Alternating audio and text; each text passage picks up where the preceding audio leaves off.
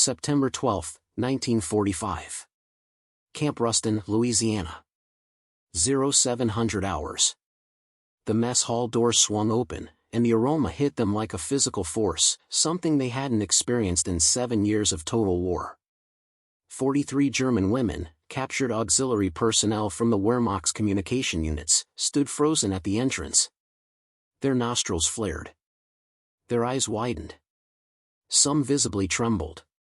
It wasn't fear. It was disbelief. On metal trays before them lay strips of perfectly crisped pork bacon, golden brown and glistening with fat. Real butter sat in small paper cups. Fresh eggs, not powdered, not ersatz, but actual eggs, scrambled and steaming. White bread, soft and pillowy, not the dense Schwarzbrot that had sustained them through years of rationing. Obergefreiter Greta Hoffmann, 26 years old, telecommunications operator from Hamburg, would later testify to Red Cross inspectors, "We thought it was a trick. A test. Perhaps they would punish us for taking it.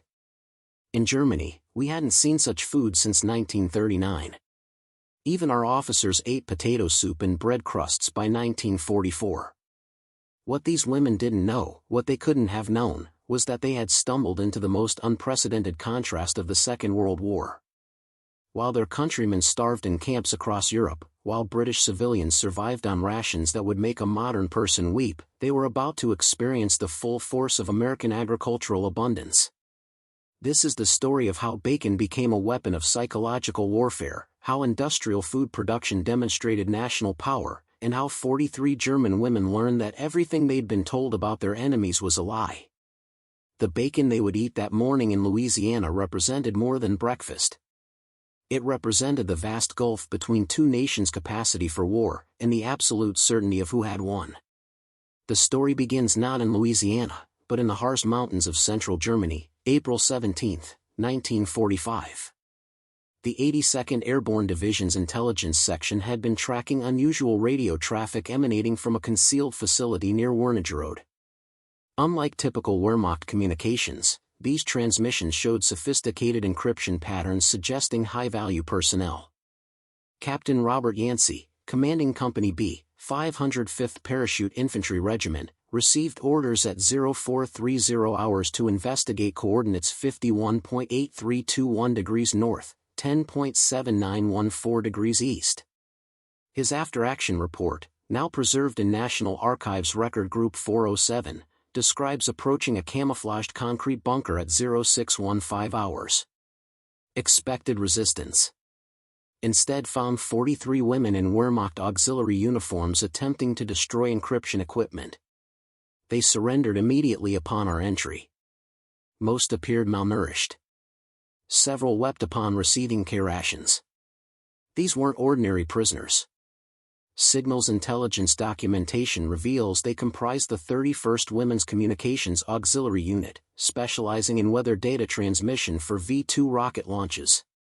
Their commander, Hauptmann Elsa Bergmann, age 31, had been decorated twice for maintaining communications during Allied bombing raids.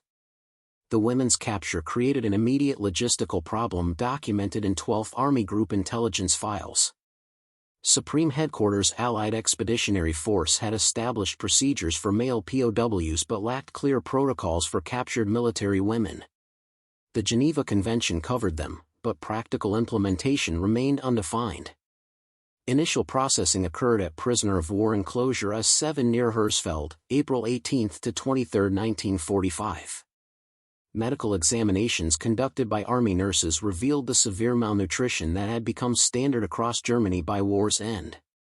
Average weight, 47 kilograms, 104 pounds. Multiple cases of vitamin deficiency. Clothing worn to threadbare condition. Their interrogation reports, declassified in 1975, reveal something unexpected. Unlike male prisoners who often maintained ideological defiance, these women expressed bewilderment more than hostility. Interrogator Lieutenant Sarah Whitmore noted, they ask repeatedly about food availability. Not tactical information. Just food. They cannot comprehend our supply abundance.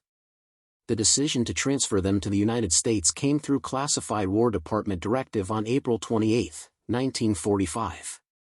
Germany was collapsing. POW facilities in Europe were overwhelmed. The United States had capacity, infrastructure, and an ocean protecting against escape. On May 3, they boarded a C-54 Skymaster transport at Rhine-Main Air Base. The flight manifest listed them as enemy personnel, female, technical specialization. Destination, Fort Dix, New Jersey, for processing before final assignment to permanent internment facilities. The flight itself became their first exposure to American material reality. According to Red Cross Observer reports, flight crew distributed standard in-flight rations, sandwiches with actual meat, fresh apples, chocolate bars, and coffee with real sugar. Several women initially refused, believing the food was intended for the crew, not prisoners. Oberstfreiter Hoffman's testimony describes the moment. The American soldier, he was perhaps 19 years old, he insisted we eat. "It's for you," he said in broken German. We thought he was mocking us. Then we saw him eating the same food. The same chocolate. In Germany, such things didn't exist anymore, even for civilians. May 13 to 17, 1945. The train carrying 43 German women rolled south through a nation they couldn't comprehend. Military Police Sergeant Dorothy Kandel, assigned as primary guard, kept a personal diary now housed at the Women's Army Corps Museum. Her May 14 entry captures the surreal nature of the journey. Stopped in Philadelphia for provisioning. The prisoners watched through windows as workers loaded fresh food. One woman, Hoffman, I think, asked if this was a special train for officers. When I explained this was standard POW transport rations, she literally laughed. Not mockery. Disbelief. She said in Germany, generals didn't eat this well by 1945. The meal service on that train revealed the chasm between nations. Army Transport Command protocols required 3 meals daily for prisoner transport. The May 14 menu, documented in Quartermaster Corps records. Breakfast, scrambled eggs, fresh, not powdered, bacon strips, white toast with butter and jam, coffee with cream and sugar, orange juice. Lunch, roast beef sandwiches on white bread, potato chips, apples, cookies, milk. Dinner, fried chicken, mashed potatoes with gravy, green beans, dinner rolls, apple pie, coffee. These weren't special meals. They were standard U.S. military rations, the same food served to American troops worldwide. To the German women, they represented impossible luxury. Underoffizier Frieda Zimmermann, age 24, former radar operator from Dresden, provided testimony to International Red Cross inspectors on June 3, 1945. We thought they were fattening us for propaganda photographs. In Germany, such meals existed only in pre-war memories. The butter alone, we hadn't seen real butter since 1942. The meat portions were larger than our weekly rations in 1944. The psychological impact went beyond nutrition. These women had spent years hearing Nazi propaganda about American weakness, decadence, and impending collapse. They had been told Americans were starving, their industry destroyed by German submarines, their people demanding peace. Instead, they witnessed abundance that made their war efforts seem futile in retrospect. Through Virginia's Shenandoah Valley, they saw orchards heavy with spring blossoms, fruit trees that should have been cut for firewood, as all fruit trees in Germany had been by 1944. Through Tennessee, they watched farmers plowing fields with tractors, not the horses and manual labor that German agriculture had been reduced to. Sergeant Kandel's May 15 diary entry, they're especially fascinated by the lights at night. Towns and cities fully illuminated, no blackout curtains, no air raid precautions. One woman pressed her face to the window as we passed through Knoxville. She was crying. When I asked why, she said, "No ruins. No bomb craters. Your cities still stand." The train crossed into Louisiana on May 16. The landscape shifted to something completely foreign, humid flatlands, dense vegetation, evidence of agricultural production on a scale that seemed impossible to women from resource-starved Europe. At a refueling stop in Shreveport, they witnessed something that would be recounted in testimonies for years, a freight train passing in the opposite direction, carrying nothing but grain. Hundreds of cars filled with wheat, corn, and soybeans. More food in that single train than they'd seen in the last 2 years of the war. Hauptmann Bergmann's statement to Red Cross officials: "We understood then that we had lost. Not lost the war, we knew that already. We understood we had never had a chance. A nation that could move that much food on a single train, while we were starving, we had been fighting something we couldn't possibly defeat." Before we jump back in, tell us where you're tuning in from, and if this story touches you, make sure you're subscribed, because tomorrow, I've saved something extra special for you. May 17, 1945. 2,230 hours. Camp Ruston, Louisiana. The bus carrying the 43 women passed through gates flanked by guard towers and barbed wire, familiar symbols that seemed identical to camps they'd known in Germany. But the similarities ended there. Lieutenant Colonel James Hawthorne, Camp Ruston's commandant, had been notified of their arrival 3 days prior.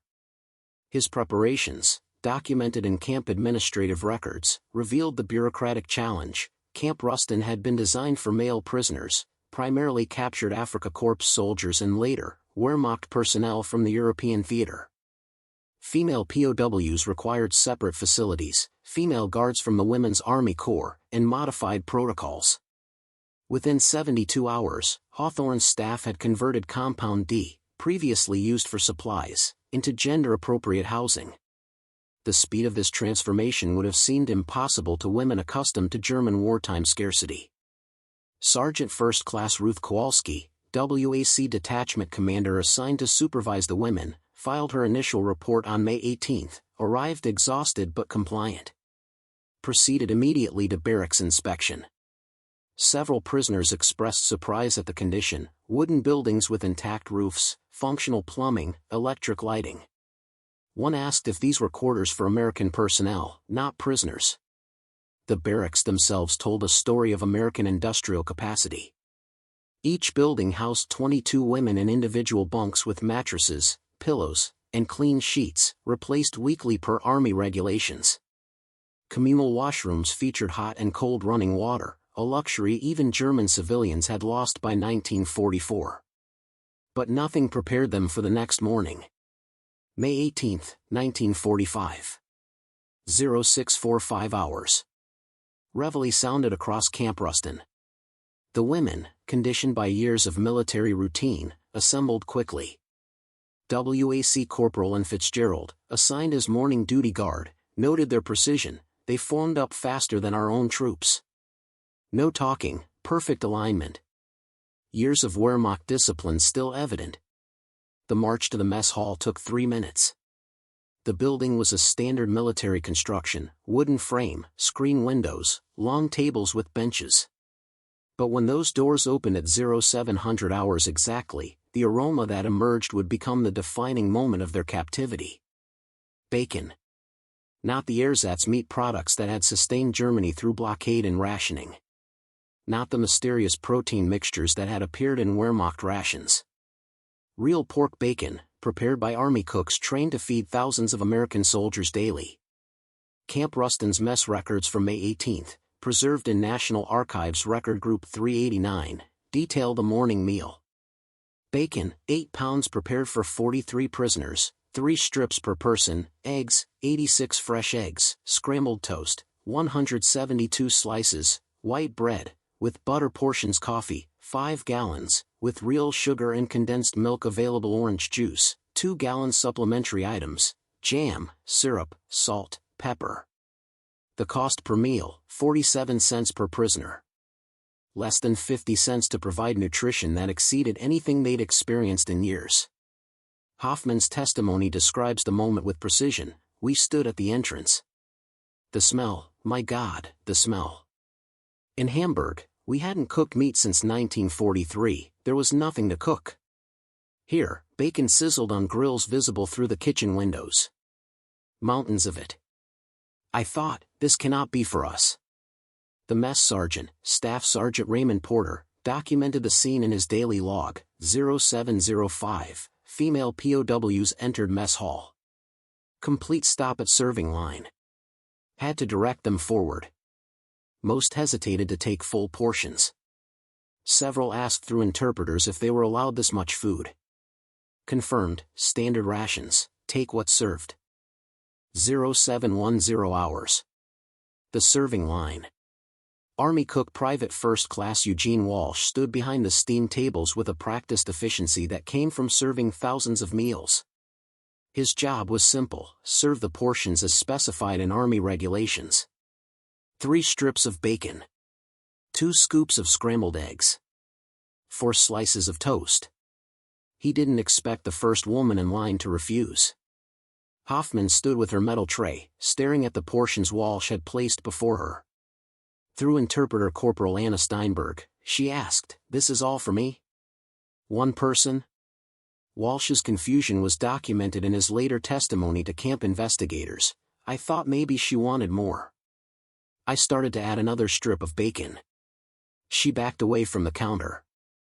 The woman behind her later learned she was their commanding officer. She was crying.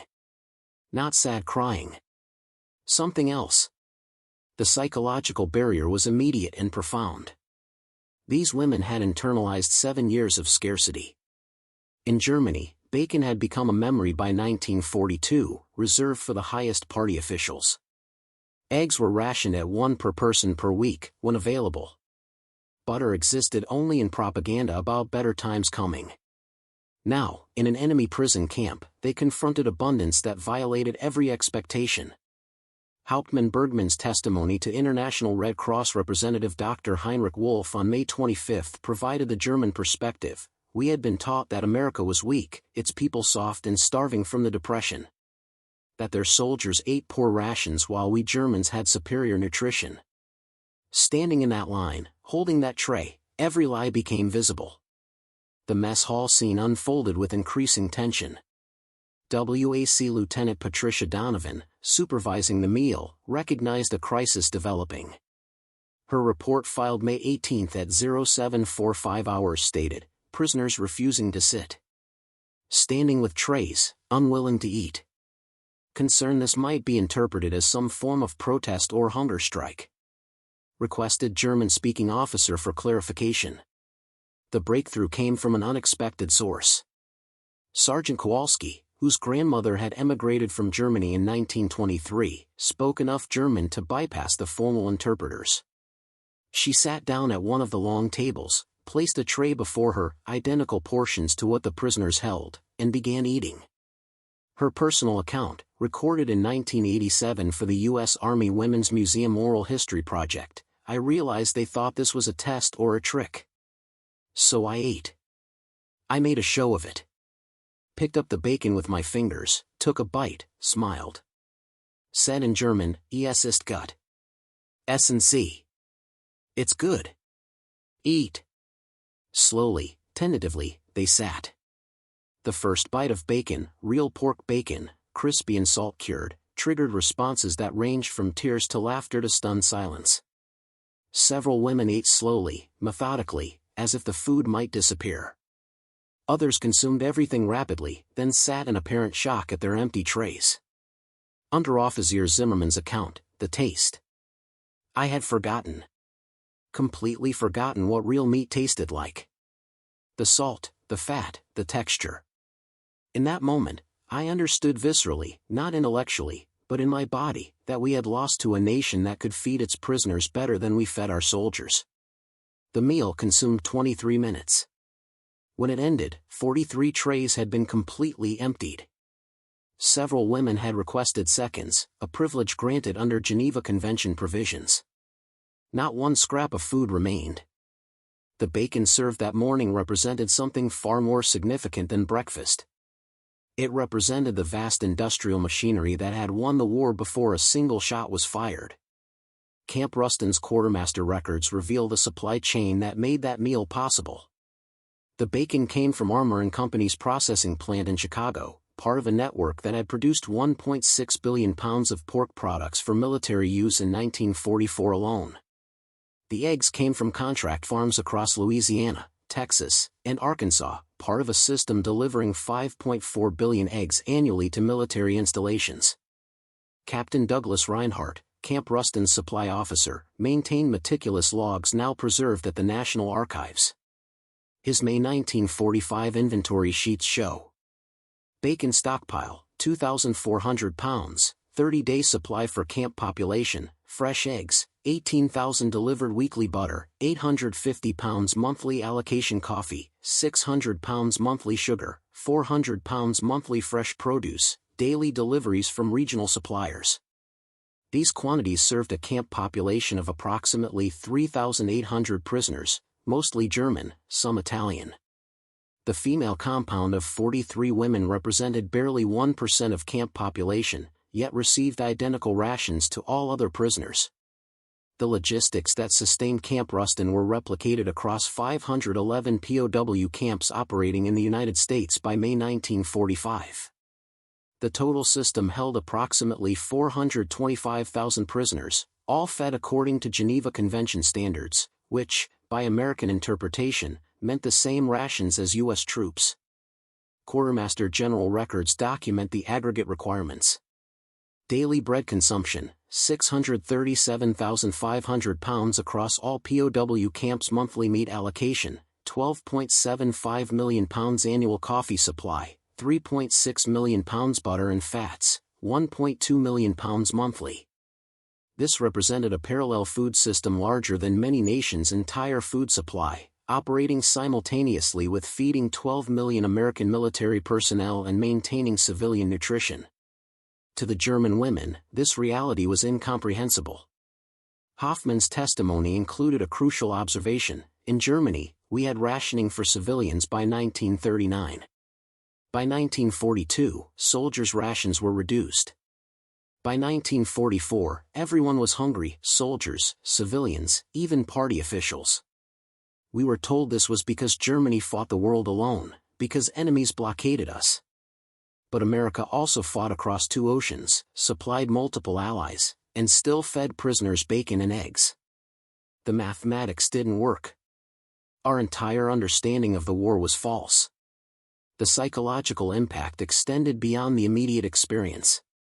Intelligence officers noted that the women began questioning everything they'd been told. If American prisoners ate this well, what else had been propaganda? Major Lawrence Griffin, Camp Ruston's intelligence officer, filed reports to Army G2 documenting an unprecedented phenomenon: willing cooperation from prisoners who had undergone ideological transformation through material evidence rather than interrogation. His May 24 report stated, "These prisoners are providing technical intelligence voluntarily. Not from coercion or incentive, but from a fundamental reassessment of their beliefs." One stated, "We were told you were weak. You feed your enemies better than our government fed us. Everything we believed was lies." This represents a complete psychological defeat of Nazi ideology through demonstration of American capacity. The breakfast bacon had accomplished what propaganda never could: it had proven, undeniably and viscerally, which system had succeeded and which had failed. Preparing and narrating this story took us a lot of time, so if you are enjoying it, subscribe to our channel, it means a lot to us. Now back to the story. May 28, 1945. Camp Ruston's Mail Processing Office. Under Geneva Convention Article 71, prisoners of war possessed the right to send and receive correspondence. For the 43 German women, this privilege arrived 10 days after their first bacon breakfast. What they wrote home would trigger repercussions neither they nor their American captors anticipated. Lieutenant Sarah Brennan, chief mail censor for Camp Ruston, processed every letter written by prisoners. Her responsibilities, outlined in Army Regulation 210-3, required reading all correspondence to prevent transmission of military intelligence or coded messages. What she discovered in the German women's letters wasn't intelligence, it was testimony. Hoffman's letter to her mother in Hamburg, dated May 27, 1945, passed through Brennan's desk on May 29. The original document, now declassified and held at the National Archives, reads in part: "Mutti, you will not believe what I tell you, but it is true. Every morning we receive bacon, real bacon, Mutti, not ersatz. 3 pieces each. And eggs, real eggs from chickens, not the powder we had. They serve this to prisoners, moody. To enemies. I weep when I think of you eating potato soup while we, who fought against these people, eat better than we ate before the war. Zimmerman's letter to her sister in Dresden contained technical observations that revealed her radar operator training. The Americans move food with the same efficiency they moved armies. Everything arrives on schedule. Nothing is wasted. I understand now why we lost. We fought people who could feed millions while we starved fighting them.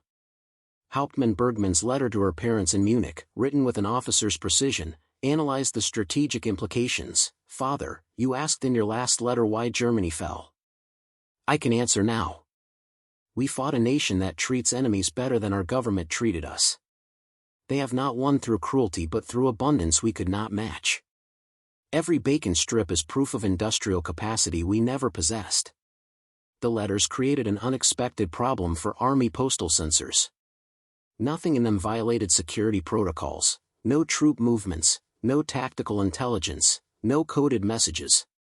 Yet their content was explosive, testimony from German military personnel confirming that American prison camps provided better nutrition than German civilians received. Brennan's report to the War Department, dated June 2, 1945, flagged the issue. Prisoner correspondence contains no security violations but presents potential propaganda complications. Letters describe treatment and rations that exceed anything prisoners experienced in Germany. If published, could undermine Nazi narratives about American weakness. Recommend immediate processing for psychological warfare potential. By June 1945, Allied psychological warfare units operating in occupied Germany began using authenticated prisoner letters in information campaigns. The testimonies from Camp Ruston's women appeared in leaflets dropped over German cities. German military women in American captivity report, better food as prisoners than as soldiers. The response from Germany stunned intelligence analysts.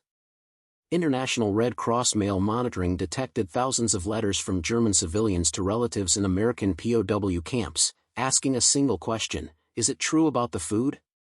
Dr. Heinrich Wolf, International Red Cross representative who inspected Camp Ruston on June 15, 1945, documented the phenomenon in his official report, have interviewed all 43 female prisoners extensively.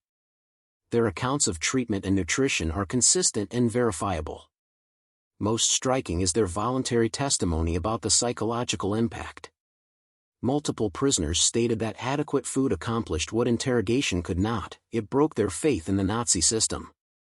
The women's letters also reached unexpected audiences. Soviet authorities, who monitored German POW mail, noted the discrepancy between American and Soviet camp conditions. NKVD reports from June 1945, declassified in 1991, shows Soviet concern that German prisoners in American camps received better rations than Soviet citizens, potentially creating post-war propaganda problems. But perhaps the most profound impact occurred within the women themselves. Their letters evolved from simple descriptions of food to deeper reflections on ideology, nationalism, and the nature of the conflict they had served. Hoffman's letter of June 10, 1945, I have begun to question everything we were taught. If they lied about American weakness, what else was false? The bacon each morning is not just food, it is evidence.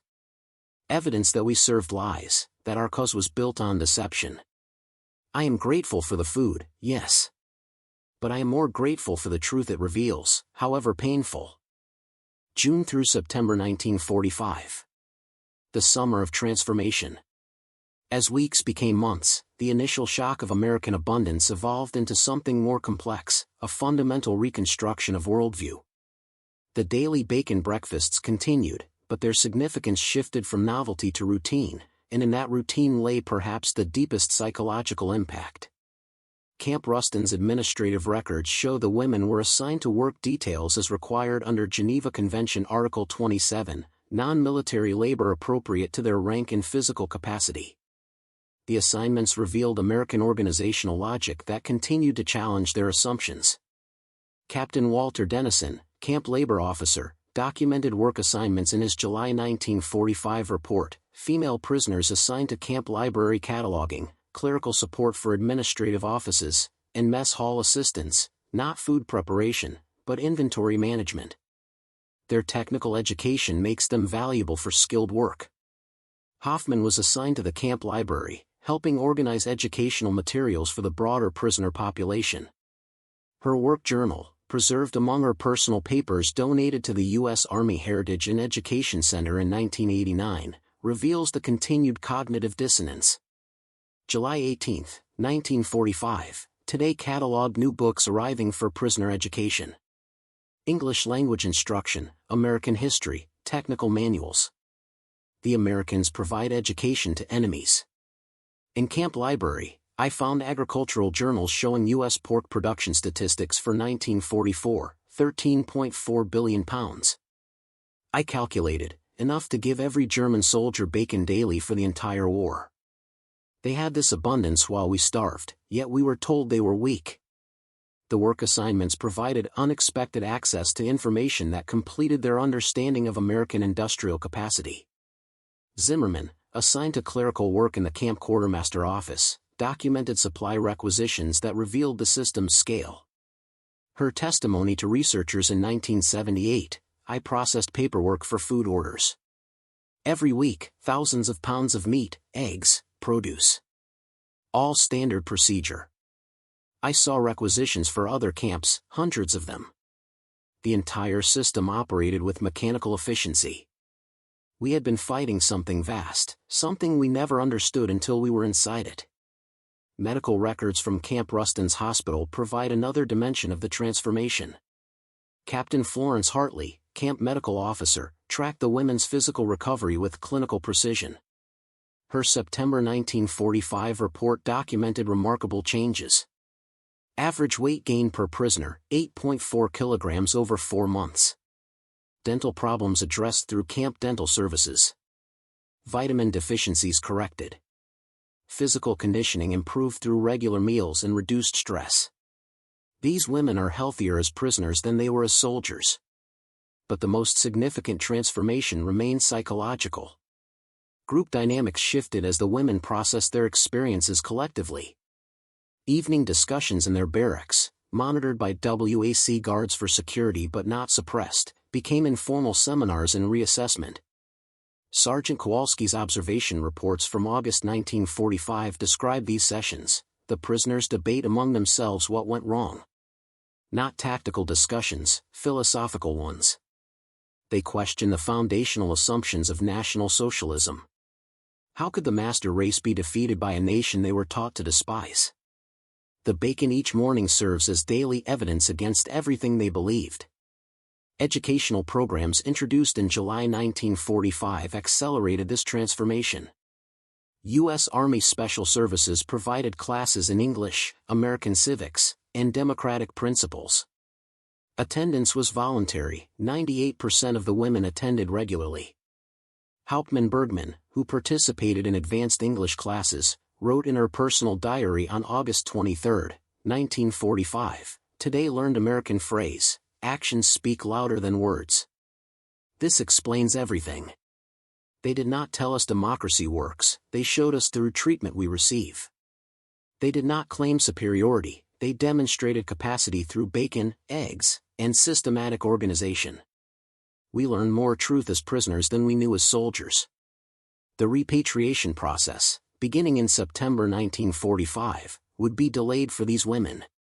Their technical knowledge required additional intelligence screening. But the delay meant extended exposure to American abundance and ideology. By the time they would return to Germany in early 1946, they would be fundamentally different from the women who had surrendered in the Harz Mountains 16 months earlier. The bacon had done more than nourish their bodies. It had fed a transformation that would carry implications for post-war Germany's reconstruction and reconciliation. February 1946. The repatriation. 14 months after their capture, the 43 women boarded a transport ship at New Orleans, bound for Bremerhaven. They returned to a Germany that had ceased to exist in any form they recognized, divided, occupied, its cities rubble, its population starving through the worst winter in decades. The contrast could not have been more absolute. They left American abundance and returned to European devastation. Lieutenant Colonel Patricia Hamilton, WAC officer overseeing repatriation processing, documented the final departure in her February 8, 1946 report. Prisoners expressed anxiety about returning to current German conditions. Several requested information about food availability in occupied zones. Provided with standard ration packs for journey. Notable that their concern focuses on basic nutrition, returning to the scarcity they had escaped. The ship's manifest listed them as repatriated enemy personnel, but they carried something more valuable than their few possessions: testimony about American capacity that would influence post-war German understanding of the conflict. Hoffman's final letter from Camp Ruston, written February 5, 1946, to a cousin in Bavaria, captured the paradox of their return. We go home to hunger after months of plenty. The Americans fed us better as enemies than our government fed us as citizens. This truth will be difficult for those who did not experience it to believe. But we 43 will tell it nonetheless. The historical record shows they kept that promise. Post-war interviews conducted by American occupation authorities, documented in Office of Military Government reports from 1946 to 1948, tracked the women's influence in their communities. Their testimonies about American treatment became powerful tools in denazification efforts. Zimmerman, interviewed in Dresden's Soviet sector in May 1946, told occupation officials, "People ask if Americans tortured us. I tell them, they fed us bacon. Every day. Real bacon. When I describe the food, they think I'm lying or mad. But it's true. We were defeated by people who could afford to treat enemies well." The psychological warfare value of their testimonies was recognized at the highest levels. General Lucius Clay, military governor of the U.S. zone in Germany, referenced prisoner testimony in his August 1946 Directive on Information Policy. Former POWs returning from American camps provide authentic voices countering Nazi propaganda.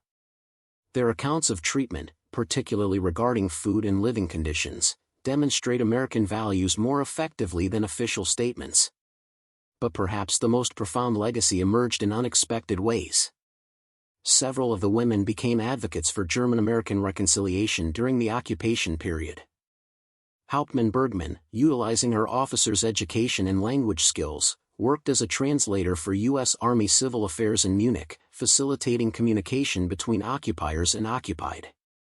Her 1947 testimony to the Historical Division, U.S. Army Europe, provided historical perspective. The bacon we received was not kindness, it was standard procedure, which makes it more significant.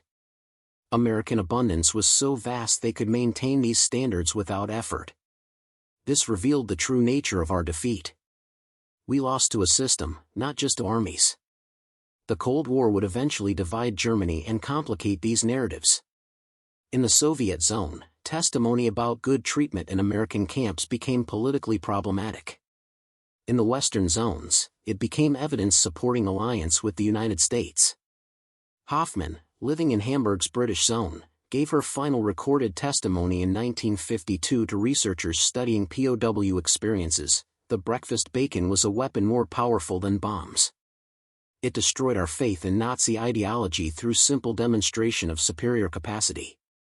Every morning, that taste reminded us that everything we had believed was false. A nation that feeds its enemies well has won before fighting begins. The 43 women scattered across post-war Germany, their lives taking different paths through reconstruction, division, and eventual reunification. But they carried a shared experience that transcended politics. They had learned the taste of bacon in enemy hands, and that taste had taught them the true nature of the war they had lost. Medical records show most lived into old age.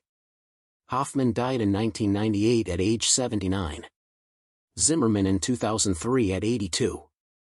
Bergman in 1987 at 73. Their obituaries, when they mentioned wartime service at all, noted their capture and internment in America, but rarely the detail that had transformed them. The bacon breakfast at Camp Ruston, repeated daily for months, had accomplished what battlefield defeat could not. It had demonstrated, undeniably and viscerally, the industrial and moral superiority of the system that had defeated them. In that demonstration lay both their personal transformation and a historical lesson about how wars are truly won, not just through violence, but through the capacity to maintain humanity even toward enemies. The streams of liquid fire at Iwo Jima had cleared caves through destruction. The strips of bacon at Camp Ruston had cleared mines through abundance. Both were weapons. Both were decisive. But only one offered a glimpse of the peace that would follow war. Today, the site of Camp Ruston is marked by historical plaques noting its service as a POW facility. The barracks are gone. The mess halls demolished. But the legacy remains in archives, in testimonies, in the memories of those who learned that even in captivity, truth could be found in the taste of bacon. The 43 women who couldn't believe that taste had discovered something profound. Victory belongs not to those who can inflict the most suffering, but to those who can maintain their principles even when treating enemies. The bacon wasn't just breakfast. It was evidence of a fundamental truth about power, capacity, and the ultimate determinants of historical outcomes. Up next, you've got two more standout stories right on your screen. If this one hit the mark, you won't want to pass these up. August 1945. Washington, D.C. The Pentagon. What began as standard POW feeding procedures at Camp Ruston had triggered diplomatic complications nobody anticipated. The women's letters, their testimonies, and reports from International Red Cross inspections had created what State Department officials termed the abundance problem. Colonel Richard Ashworth, War Department liaison to the State Department, filed a confidential memorandum on August 15, 1945, the day Japan surrendered, that outlined the unexpected strategic implications. German POW treatment, particularly regarding food rations, has created diplomatic challenges with Allied powers. Soviet representatives have formally complained that German prisoners in U.S. custody receive better nutrition than Soviet civilians. British officials privately expressed concern that POW rations exceed their own civilian allocations. The mathematics were undeniable and politically explosive. Camp Ruston's daily bacon ration of 3 strips per prisoner represented approximately 90 grams of meat. British civilian rations in August 1945 allowed 85 grams of meat per week. Soviet civilians received, when available, approximately 400 grams monthly, roughly 13 grams daily. Enemy prisoners in American custody ate better than Allied civilians. This reality appeared in a classified State Department analysis dated August 20, 1945. American adherence to Geneva Convention standards, combined with our agricultural abundance, has created a propaganda vulnerability. Axis prisoners receive nutrition exceeding that available to populations we liberated. This demonstrates American capacity but complicates alliance management. The British Foreign Office dispatched a confidential inquiry through diplomatic channels in September 1945. The recently declassified communication, marked Secret Eyes Only, asked pointedly, can American authorities justify providing enemy prisoners with bacon, eggs, and butter daily while British children receive powdered eggs fortnightly? The American response, crafted by Secretary of State James Burns, revealed the strategic calculation behind the policy. U.S. treatment of prisoners demonstrates our values and capacity. We maintain Geneva standards not from legal obligation alone, but to prove our system's superiority. Every well-fed German prisoner becomes testimony to American abundance versus totalitarian scarcity. But the complications extended beyond Allied sensitivities. The women at Camp Ruston had become, inadvertently, diplomatic assets in the emerging Cold War. Their testimonies about American treatment contrasted sharply with conditions in Soviet-controlled camps, a contrast that would become increasingly significant as wartime alliance dissolved into Cold War confrontation. Intelligence reports from September 1945, obtained through Freedom of Information Act requests in 2003, show the CIA's predecessor organization, the Strategic Services Unit, recognized the propaganda value. One report stated, female German POWs from Camp Ruston provide authentic testimony regarding comparative treatment. Their accounts of American abundance versus Soviet deprivation serve strategic communication objectives without appearing as official propaganda. The women themselves remained unaware they had become pawns in great power politics. Their simple descriptions of breakfast had become evidence in ideological competition between systems. Hoffman's September letter to her mother, intercepted and copied by intelligence services before forwarding, demonstrated this unwitting participation. The Americans feed us bacon while Russians, we here, give prisoners only thin soup. Both are victors, but one has food to spare, the other has only revenge. This tells you which system works. Such letters were collected, translated, and circulated at the highest levels of government. President Harry Truman received briefings on POW treatment that included testimonies from the Camp Ruston women. His September 18, 1945 diary entry, published decades later, noted, "Read reports on German POW feeding. Our boys treat prisoners better than their own government did. This is what separates us from them. Worth every dollar." The domestic political implications also emerged unexpectedly. Congressional representatives from agricultural states seized on POW feeding programs as evidence of American farming success.